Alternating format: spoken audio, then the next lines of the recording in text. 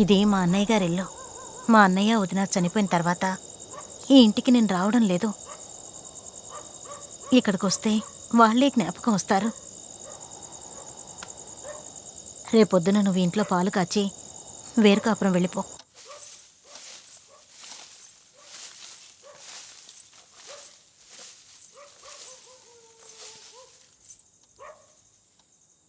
అది ఇల్లు మూసే ఉండిందా? ఇదిగో ఇప్పుడు సెర్చ్ చేస్తాను.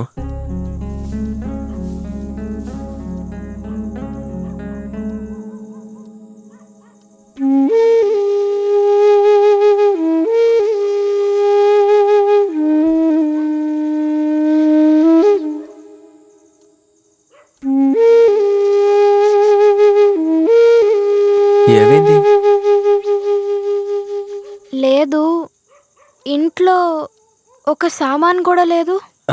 అదే సమస్య లేదు, అంతా బోసన్న చూసుకుంటారు. నూరా 100 1,000 1,00,000 మెరుపులు మీదకు దూకినాయా ఏంటి ఈ మాయా?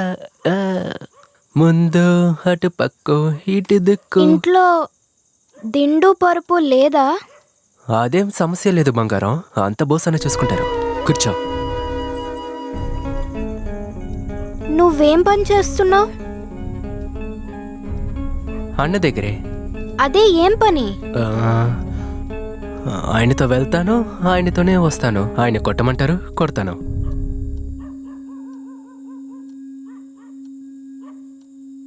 మరి జీతం? ఏంటిది? ఒక రోజుకి ఎంత జీతం తీసుకుంటారు?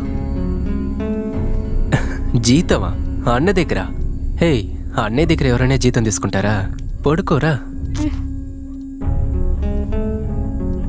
హే, ఏ టైంలో ఏం మాట్లాడుతున్నావు? దా బంగారం, రావే.